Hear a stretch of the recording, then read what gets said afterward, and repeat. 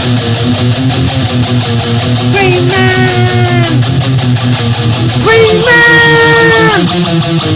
Green Man! Green Man! Green Man! Green Man! Green Man!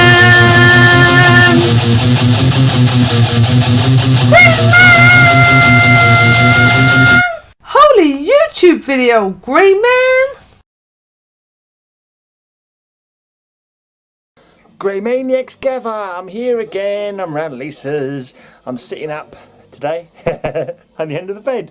I'm not done an awful lot today, but let me give you some update on my channel, kind of. I just had to hit on the idea, I know a few writers, and I'm going to start doing interviews with book writers, authors. Starting on Friday with my mate Natasha Danzig from the band Lady Axe. I did an interview with her before about her band, mainly concentrating on her band, and I thought I'd do an interview concentrating on her literature, on her various books that she's written in the horror genre. And then next Friday after that, I've got an old, it's like it used to be, it was a little sister of my mate's girlfriend.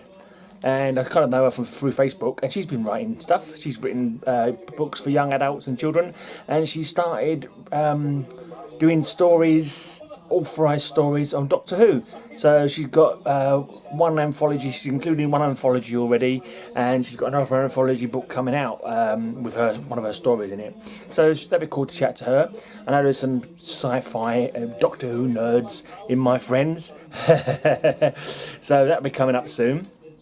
And then the week after that, hopefully, I've got another mate who's done lots. She's done a lady called Vicky. She's done some children's books and also some horror. She's got one sort of series of books. I can't remember what it's called now. It's Kitty, some kind of cat. Some kind of cat. I can't remember his name now. And the other one she did was I Dream of Zombies, which was there's 2 books in that one. I haven't got around to finishing the second one yet, but I've kind of been off reading books. I'm hoping kind of this might get me into reading books a bit more, because I feel like I need to catch up with these books, that at least read some of them before I actually come to do the interviews. I've had a couple of Natasha's books for ages, and I've not hardly touched them. I've also got one of Beverly's books that I won from her YouTube. Not YouTube, her Facebook page a long while back, and I've not even cracked the cover.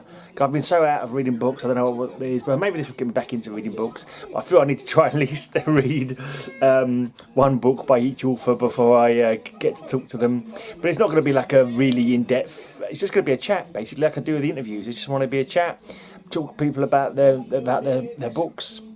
And of course, if I carry on doing this, I've got to get Rena Brown. Rah, random wolf. Must ask her if she'll chat.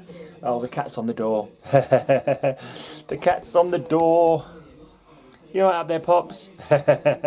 She likes to go up there and meow for people to come in to get her down. Anyway, so that's one of the things I'm doing on my channel. Let's just talk about these comics that I've read. I only read 3 comics over the last couple of days. I've been a bit lax, trying to do other things, but I'm still reading this adventure run that I've got. I haven't got all of them in there, but I just want to get them read, basically. I've got a big pile of comics to read now for my birthday and that, so I'll be getting on with them. It's amazing the amount of stuff that happens under the sea, amount of earth, the amount of landlubbers who come down under the water and attack Atlantis. And this one, it's like a 18th century pirate looking guy, or 16th century pirate ship, it says here. Thanks for that tip. It's the pirate who plundered Atlantis.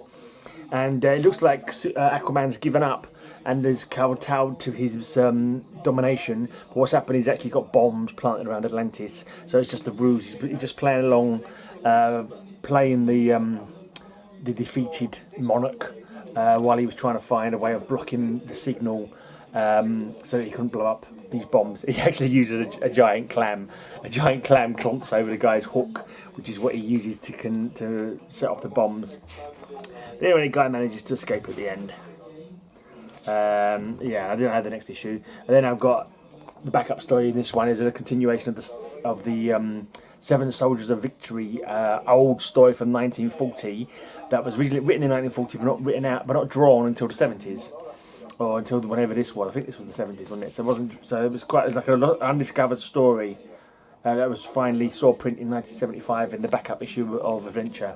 It's quite a silly story. They take on talking animals, and there's anthropomorphic furniture, or living, not anthropomorphic because it's not human shaped furniture, but it's it just basically moves around. Basically, it's animate furniture, and they managed to fool the furniture into thinking that the unruly animals have done something that crossed the line, and the furniture beats up the animals, basically, gets them in line, kind of thing. And then finally, they ride off on the back of a whale. I don't know. It's a bit of silliness from the golden age, kind of thing, but finally came out in the bronze.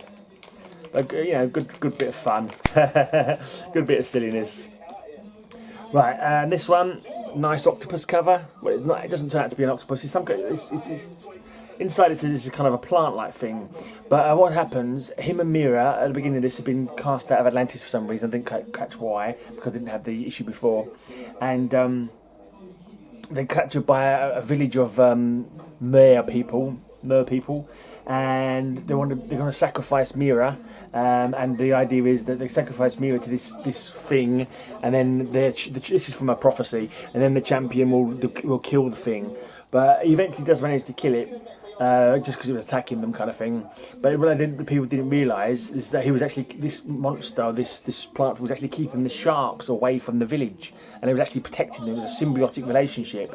So they thought it was a danger and a menace, but actually it was protecting them from sharks. It was using them to attract the sharks, and then eating the sharks. So, and with it dead, you see the sharks start circling around the village, kind of thing. So that was an interesting story.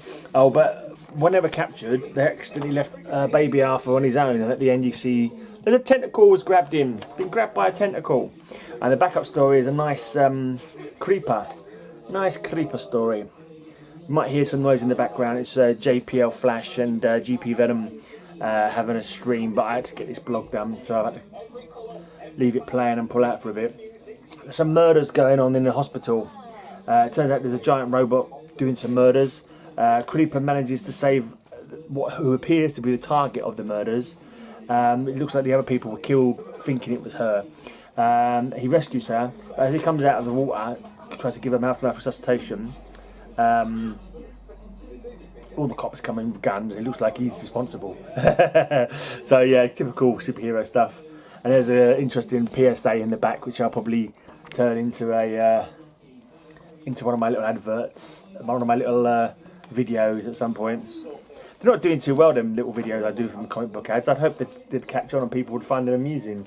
I think the 12 people who do watch them seem to find them quite amusing and worth doing. But unfortunately, it's like, it doesn't take me long to do them, to be honest. So I'll carry on doing it. It's just a shame that yet another thing that I try and do on my channel is not getting any traction. Right, and this Marauder has he's managed to find a way to control some sea life, but it's only water-breathing sea life, so whales and dolphins, kind of thing. But he manages to usurp Aquaman's power over them. He's actually stealing a vaccine for swine flu. I didn't know swine flu was known as a thing back in the 70s. I know we had a bout of swine flu a couple of years ago, before the COVID came along. But anyway, he's hijacking the shipments of vaccine. In the end, Aquaman is able to defeat him. I can't remember how he manages to overcome his power over dolphins and whales. I think I don't remember how, actually. Let's have a look. Quick look. I read it today as well. Mind you, I was a bit tired when I read it because I had a late night and then a really early morning. Then I had a little nap after that. But he defeats him anyway. He does a runner. But because he's a bad loser, he sets a whale to try and break the ship and sink all the vaccine. But saying that, though, Aquaman should be able to go in there and grab the vaccine from out of the water. But anyway, he manages to sort of press his powers and really sort of strain himself to overcome the commands that had been given to the whale by the Marauder, and he saves the ship from being sunk. And at the end, is it Nula and Aquaboy, Garth, confronted by some guy with a ray gun. Right, and the backup story in this one, it's a Martian Manhunter one. He's about to be. It's surprising how much they've retconned the Martian Manhunter over the years. In this one, there's a colony of Martians. I've always known him to be the last Martian, but no, that didn't. They don't want to, they decided that happened. But I always thought it was like in current continuity, it happened before he came to Earth. But in the past continuity, there was plenty of Martians around still. But anyway, he's about to be made the champion of the Martian colony to be its protector, and suddenly a sniper's bullet comes out and kills the guy who's given him the honour. He does a bit of investigating, and he determines it. He thinks it was someone from Earth. Because I think the last words from the guy who got shot was Sol, which obviously is the name of our sun. So he theorised it was someone on Earth, and the only people who could have done it, who could have got to Mars, or the Martian colony rather, would be his colleagues from the Justice League. So he's on a search to find out who's done it. Obviously, he's going to confront his colleagues from the Justice League. So that's it. That's the 3 comics I've read since I've been around Lisa's. And yeah, I'll be back to more of another bloggy blog. Let me see, who can I shout out today? Let's shout out Remy Q Studios again, because I think he's still pressing for more subs, as you would do. So let's shout out Remy Q, because I just he opened up a package of a chainsaw just recently with his lady Angel, I think his lady's name is. So yeah, that was worth looking at. And anyway, I'm out of here. Going to check the rest of JPL and GP Venom's stream. And until next time, may all your news be... Oh, have a great, amazing day, of course. And may all your news be good news. Who should you sub? Remy Q Studio. Who should you sub? Remy Q Studio. Sub him up now. Sub him up now. Oh yeah. Sub him up now. He just opened a mystery box with a chainsaw, so you better sub him up before he comes through your door.